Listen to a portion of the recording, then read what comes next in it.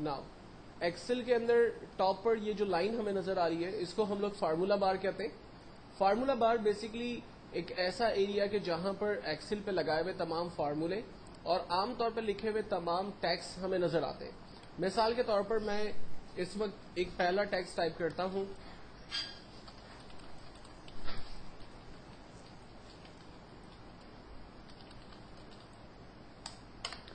जब मैंने सेल के ऊपर टेक्स्ट टाइप किया और इंटर प्रेस किया तो बाय डिफॉल्ट एक्सेल में कर्सर हमेशा नीचे आता है.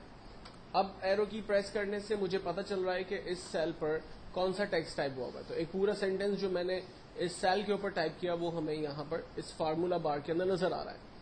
एक चीज हमेशा क्लियर रखना कि जिस सेल के ऊपर आप टेक्स्ट टाइप करते हो एक्चुअल में टेक्स्ट उसी सेल की प्रॉपर्टी होती है.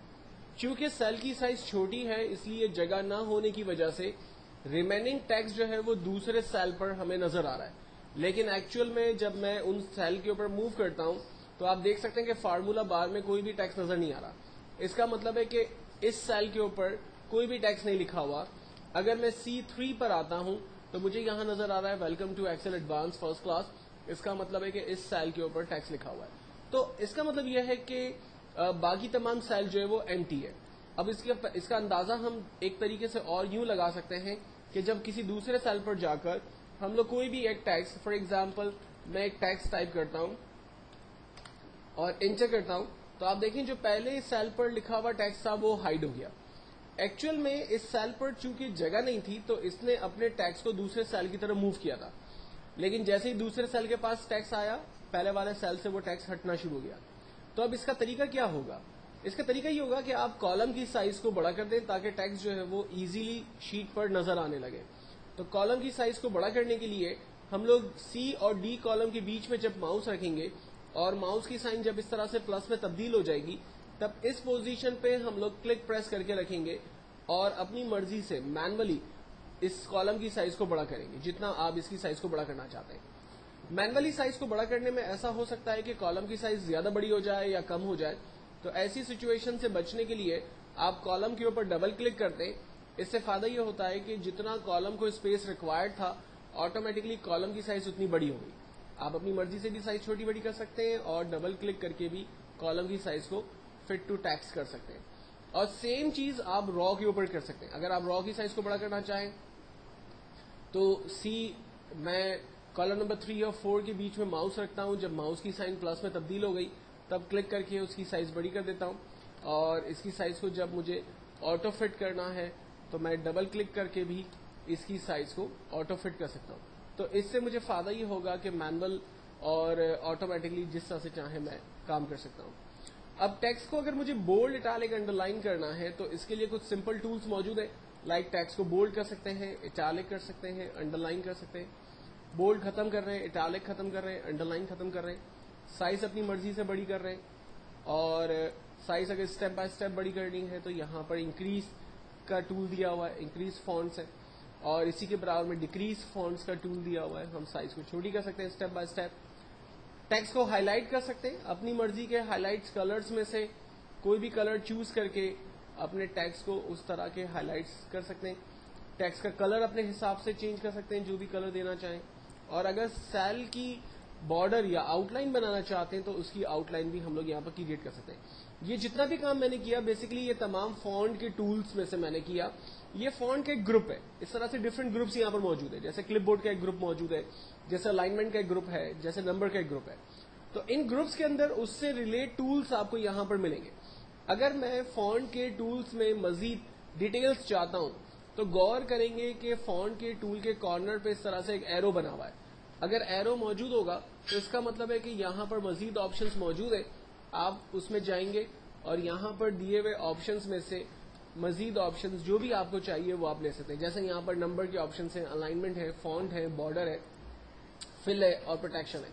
इन तमाम स्टेप्स को हम लोग आगे डिस्कस करेंगे. लेकिन चूंकि फिल वक्त मैंने टेक्स्ट की फॉर्मेटिंग से रिलेट सारे काम किए तो हम देख सकते हैं कि हमने फॉन्ट के टूल पे काम किया था. फाइनली मैं इसे ओके करता हूं. अगर अपने टेक्स्ट को मिटाना चाहते हैं तो दोबारा वही तमाम कमांड्स को अप्लाई करना पड़ेगा. लाइक मुझे इसके कलर्स को ऑटोमेटिक करना पड़ेगा, इसके फिल कलर को नो फिल करना पड़ेगा, बॉर्डर को मुझे खत्म करना पड़ेगा नो बॉर्डर करके, टेक्स्ट کو جو ہے وہ बोल्ड इटैलिक अंडरलाइन से ख़त्म करना होगा और इसकी साइज़ को दोबारा 10, आमतौर पे इसकी एक्सेल की जो स्टैंडर्ड फॉन्ट साइज़ होती है वो 10 to 12 के बिटवीन होती है, तो वो हम साइज़ यूज़ करके अपने टैक्स के ऊपर काम करेंगे। अब सबसे पहली चीज़, एक्सेल के अंदर कुछ बिल्ट इन चीज़ें हैं जिसको हम लोग देखते हैं। मिसाल के तौर पर एक्सेल में अगर आप अपना नाम लिखते हैं और उसकी कॉपी बनाना चाहते हैं तो उसका तरीका क्या होगा। मैंने अपना नाम लिखा, नाम लिखने के बाद अब दोबारा एंटर करके अपने माउस को उसी सेल पर एरो की के जरिए चला गया। अपने माउस के प्लस को इस डॉट के ऊपर रखेंगे तो माउस का प्लस एक माइनर से प्लस में तब्दील हो जाएगा। इस पोजीशन पर रहते हुए, माउस के प्लस को इस पोजीशन पर रखते हुए आप जस्ट ड्रैग करेंगे तो इसकी नंबर ऑफ कॉपीज देखेंगे जनरेट कर देगा। अच्छा, अनफॉर्चुनेटली मेरे पास जो है वो एक पहले से फार्मूला फिट हुआ है तो वो उसकी कॉपी बना रहा है, अदरवाइज जो है वो ये सिर्फ उसकी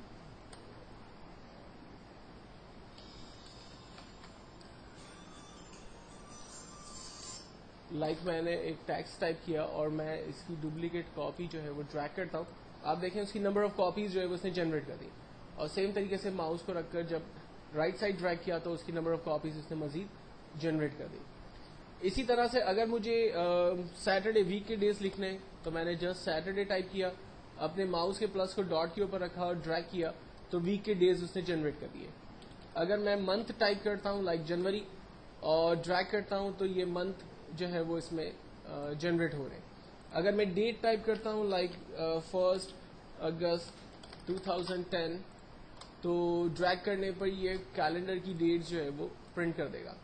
अच्छा, अब इसमें इंपॉर्टेंट ये है कि जब मैंने 9 तक डेट प्रिंट की तो वो बिल्कुल नॉर्मल विजिबल हो रही है, लेकिन उसके बाद की डेट जो है वो सही तरह से नजर नहीं आ रही।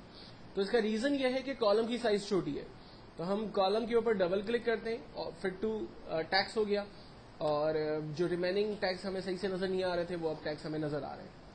लास्ट सीरियल नंबर जनरेट करने के लिए हम लोग 1 प्रेस करते हैं, और 1 प्रेस करने के बाद अपने माउस को उसी पर रखेंगे, कीबोर्ड से कंट्रोल का बटन दबा के रखेंगे और अपने माउस के प्लस को इस डॉट के ऊपर रखकर ड्रैग करेंगे तो ये सीरियल नंबर देखें इसने जनरेट कर दिए।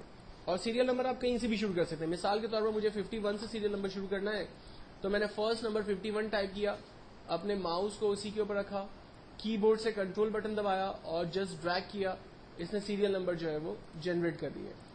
और अगर आपको रैंडम नंबर चाहिए, मैं चाह रहा हूं कि मुझे 3 का टेबल मिल जाए, तो फिर आपको 2 नंबर टाइप करने होंगे। पहला नंबर 3, सेकंड नंबर 6, दोनों नंबर टाइप किए। 3 के बीच में माउस को रखकर रेंज बनाएंगे 6 तक की, यानी दोनों सेल को रेंज में ले लेंगे।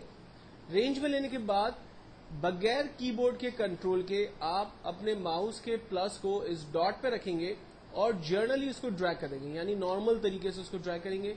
यहां आपको कीबोर्ड के कंट्रोल को दबाने की जरूरत नहीं है।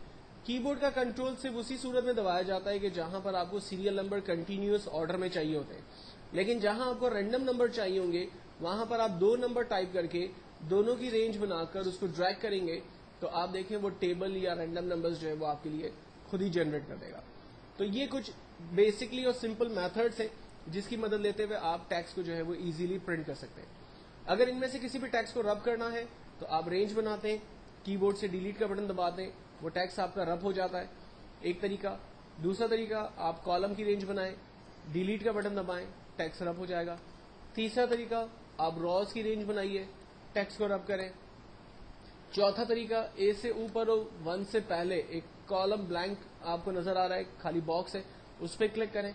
इस पर क्लिक करने से आपकी पूरी वर्कशीट जो है वो बेसिकली सेलेक्ट हो जाती है। आप कीबोर्ड से डिलीट का बटन प्रेस करें, पूरी वर्कशीट पे जितना भी डाटा था वो सारा आपका रब हो गया है।